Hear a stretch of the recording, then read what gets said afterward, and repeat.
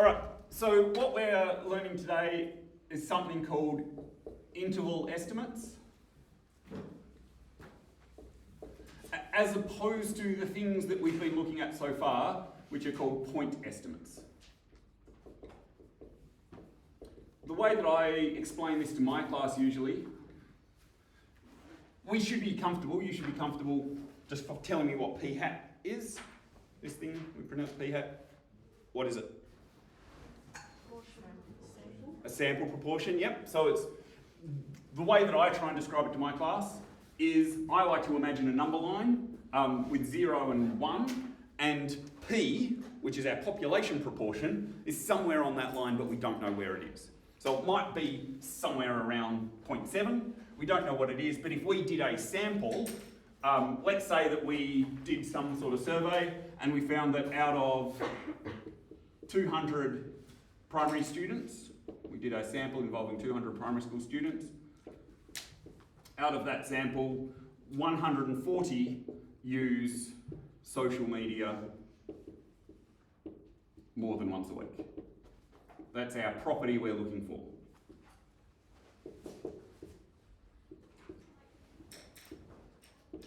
And so that gives us enough information to work out what p hat is. What's p hat given those numbers? 0.7. All right, so here, somewhere around 0.7, doesn't matter too much, we have a thing we call p hat, which is our point estimate, or rather, it's our sample proportion, 0.7, but it's also a point estimate. And what that means is we're estimating p. We don't know where p is on this line, but here's our best guess, our estimate. And we're estimating it with a point. We're just saying it's probably somewhere around 0.7. That's a point. And so we call it a point estimate literally because we're just estimating using one point. However, that's not as useful to someone trying to interpret some data than giving us some sort of range. So it makes more sense for a lot of survey stuff to say, well, rather than say 0.7 is our estimate, let's give some sort of range to say, well, we reckon it's sort of somewhere between, for example, 0.65 and 0.75. So if we give a range that p could be in, then that's what we call an interval estimate. How on earth can we generate a range though? What would our lower bound and our upper bound be?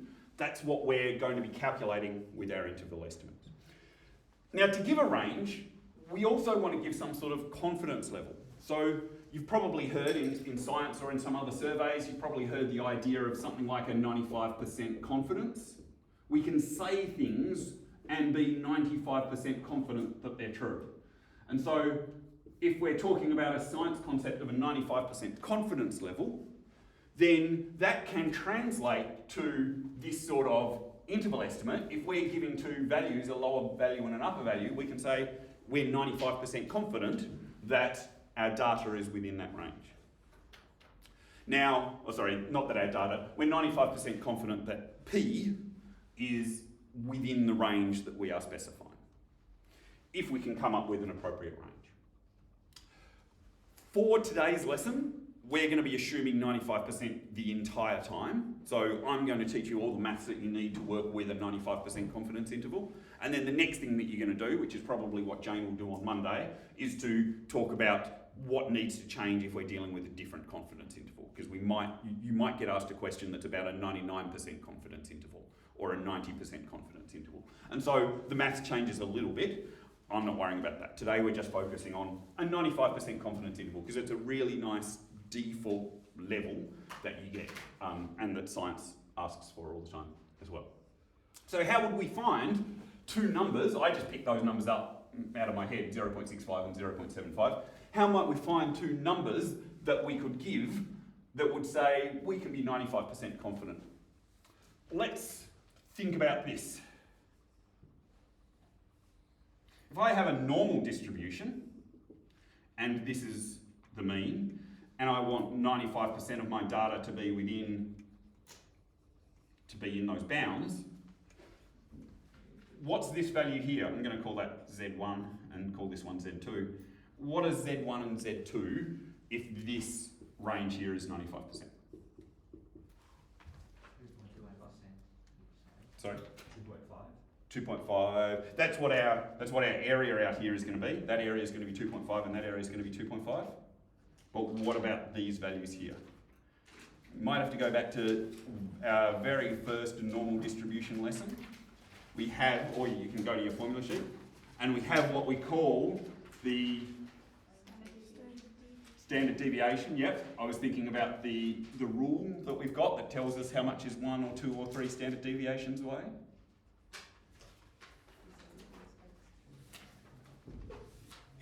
Let's have a look at our formula sheet.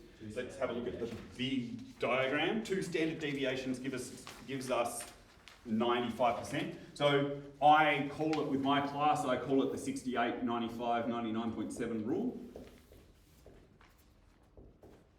Do we remember that? Yep. So in that rule, back in normal distribution, that rule told us that we would be, this value here is going to be our mean plus 2 standard deviations, and this value here is going to be our mean minus 2 standard deviations, and that covers 95% of our data. It turns out that that approximation of 2 standard deviations being 95% works with a whole bunch of different distributions. That's actually not limited to the normal distribution. There's a bunch of other times, a bunch of other places in maths and in science and in other distributions that are not normal, where we can still make the approximation of 95% is within 2 standard deviations. 95%, 2 standard deviations. We want 95% in our data. So how far away do you reckon we're going to go? 2 standard deviations. Do we have a way of calculating the standard deviation of a point estimate of p hat? Yeah. Yep, isn't that what you did last lesson? Mm-hmm. Yep. So it is, I'd like to say 2 standard deviations, but actually that 2 is incorrect. The reason that 2 is incorrect is because it's an approximation we use so that you can do stuff in the non-calculator section. 2 is a pretty good approximation, but it's actually not accurately 2. And when you're using a calculator section, we've got a more accurate value. And that more accurate value is 1.96. So for this maths, I know with our normal distribution where you're talking about 2 standard deviations, but for this particular part, when we're talking about interval estimates, we're not going to be using 2, because we're not doing it in the non-calculator section, but we're going to be using 1.96. If you have your formula sheet next to you, and you should all have your formula sheet next to you, you will see that this value is given on your formula sheet, and it says explicitly on your formula sheet, for a 95% confidence interval, for a 95% confidence interval, Z equals 1.96. What is Z? Z is really the thing that we're multiplying our standard deviation by. So I earlier made up 0.75, but if we truly want to get 95% of our data, we're just going to say it's 0.7 plus 1.96 lots of our standard deviation. And then this one here is going to be 0.7 minus 1.96 lots of our standard deviation. So we're going to go that way to get our lower bound, go that way to get our upper bound. How this usually gets written is that you would state something like a 95% CI equals, and then we usually just give brackets, lower bound, upper bound. So instead of giving a single point for our estimate, we're now saying it's between this value and this value. And the general formula is that this is our mean minus Z times our standard deviation, and instead of just writing the standard deviation symbol, I'm actually going to put in the formula for standard deviation here, which we know from last lesson is p lots of 1 minus p all over n. And then that goes up to our upper bound is the mean plus Z times standard deviation. P lots of 1 minus p all over n. Question? So is this like the 95%, is it that 95% of your samples will fall between that range? What we're doing, we've got one sample. Yep. What we're basically saying is from this sample, we can be 95% certain that P is between these two values. Right, okay. From that p hat. From this P hat. Yep. So that's how it's written on your formula sheet. Oh, I should also, sorry, it's not quite how it's written on your formula sheet because we don't actually know what P is. We know what P hat is. P hat is just our estimate, and so on your formula sheet, all of these P's have little P hats. They're all P hat. But aside from that, that's what's on your formula sheet. And then it also said for 95% confidence interval Z equals 1.96. So that's where those formulas on your formula sheet come from. How do we actually apply them? Let's do an example of, let's actually work out what those values are going to be in this particular context. And so in this particular context, I'm actually going to, I find it a lot easier, you don't have to, but I'm actually just going to work out what the standard deviation is. Sometimes you might want to just plug that entire thing into your calculator and have it just spit out an answer, but I prefer to actually work out what our standard deviation is explicitly. So here, square root of p hat, which is 0.7, times 1 minus p hat, which is 0.3, all divided by our sample size, which is 200.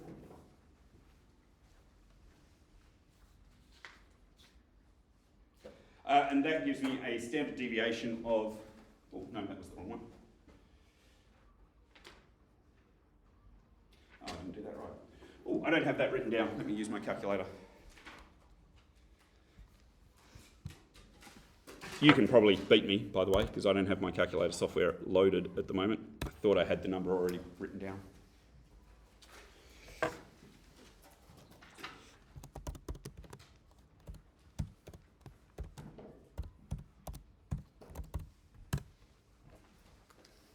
Gives me a standard deviation of 0.03.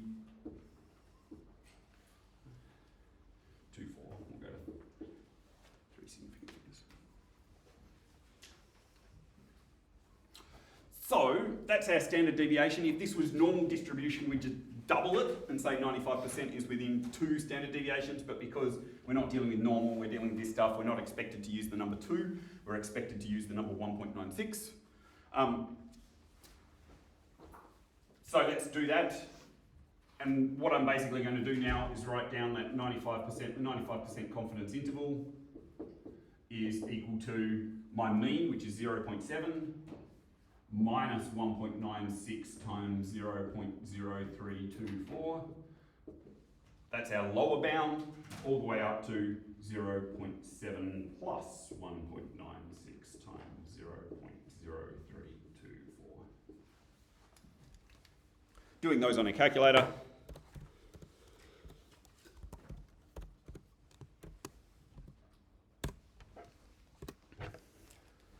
Gives me a lower bound of 0.636 and an upper bound of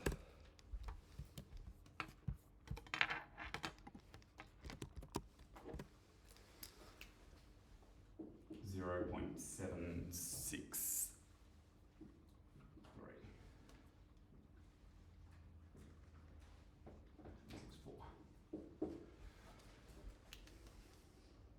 That's it. That's our calculation. How do we interpret those values? If you're asked for a worded, often if it just asks state a 95% confidence interval, that's what we've done. If a question asks you to interpret something like that, interpret the 95% confidence interval, we can say that it is 95%, it can be stated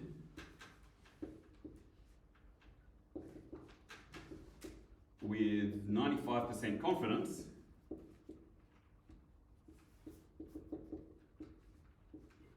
that P is within the range,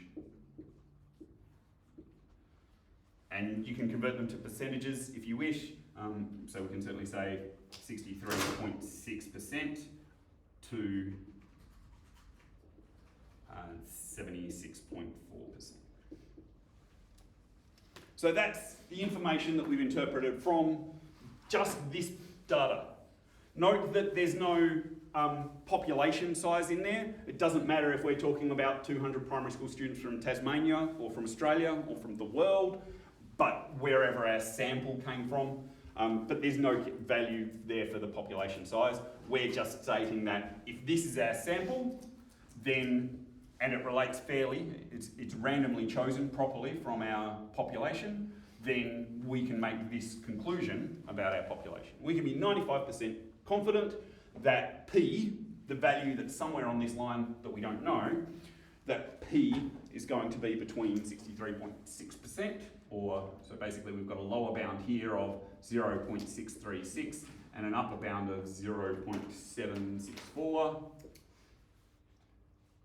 and we are 95% certain or 95% confident that P is within that range. What's going to happen if our sample size is bigger? What happens if I took a sample of 500 students? Let's say I took that's not easy to do the math. Let's say I took 400 students and I got 240. That's still the same p-value. So if I'm now dealing with a sample of 400, then let's say that 280 use social media more than once a week. That gives me a p-hat of 0.7, exactly the same as previously. But what's going to be different in our calculation? This is going to change. That's where my standard deviation, and I'm not sure if Jane talked yesterday about the fact that bigger sample sizes are going to decrease our standard deviation. So what that means is if we increase our sample size to 400, we still get the same p-hat. This value here is going to change. This is going to double. But it means our standard deviation, since this is on the bottom of a fraction, what happens if the number on the bottom of a fraction gets bigger? The overall number gets smaller. So our standard deviation is going to go down. How much is it going to go down by? This is increased by a factor of 2, but because it's in a square root, that means that basically our standard deviation is going to go down by a factor of the square root of 2. Don't have to worry too much about that yet. I'm sure Jane's going to talk more about that on Monday. But if the n value goes up, the standard deviation is going to go down. What impact is that going to have on these two numbers? They're going to be closer together. So that represents more confidence. If we have a bigger sample size, we can be more confident in our data. We have more accurate data, and thus our values will be closer together. There's one final thing I need to talk about before I ask you to do some questions calculating confidence intervals, and that's to introduce a terminology, a word that I haven't mentioned much yet. But on your formula sheet there is also a value for capital M, which we call the margin of error.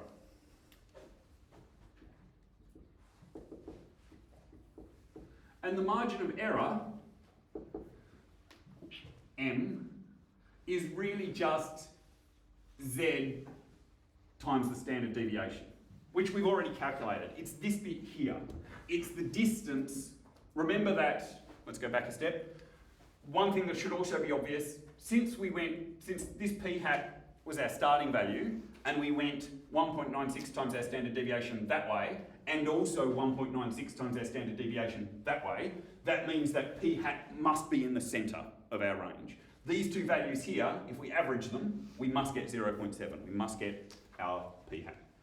And so whatever that distance is that we've gone from p-hat, we've gone that amount that way, and we've gone that amount that way, we call that distance the margin of error.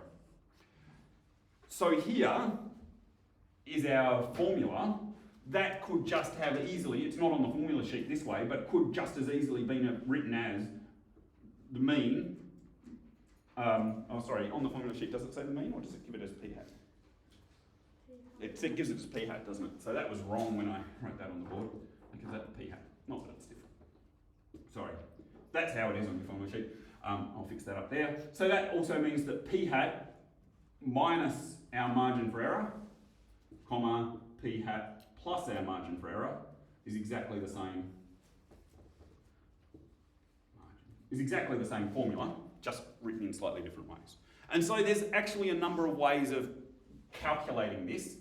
What I've done here is calculate the standard deviation first and then use that 1.96. Nowhere here have I explicitly calculated the margin for error. And that's fine if the question just says state the 95% confidence interval. But if a question asks you to calculate and state the margin for error, then it's just going to be make sure that you work out what this thing is, 1.96 times 0.0324 in this case. Make sure you work out what that is, and then state it explicitly, because that's our margin for error. That's also going to matter more with the other things you're going to do next lesson. There's, Jane is going to talk more about how to calculate other things based on a margin for error, but we won't do that in today's lesson. Does anyone have any questions about that? All right, so hopefully it won't be too difficult. Just building on what you worked on last lesson, which is finding the standard deviation. You've done that. Now what we're really doing is some calculations involving that allow us to state a range that we can be 95% confident in.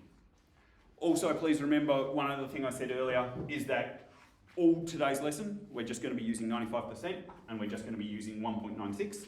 And then on Monday's lesson, one of the things Jane will be talking about is what do we do if we're looking for a 90% or a 99%, because as Z value is going to change, but we're not told that. They're not on the formula sheet. This Z equals 1.96 is on the formula sheet, so you never have to calculate it. It's always there. If you want to use a different value though, you're going to have to calculate it, and Jane on Monday is going to talk about how you do that. All right, so if there's no other questions, I want you to practice some of these. Exercise 17D, just start at question 1 and go onwards. They're all pretty good. I think you can only get up to about question 5 before you do need to do some extra tricks. And so if you manage to do that in today's lesson, then put up your hand and I can certainly give you a head start onto the extra tricks. Otherwise you can just wait until Monday and do some general revision in the time remaining. So I'd say question 1 up to question 5 is our target for today. If you've got questions, please ask.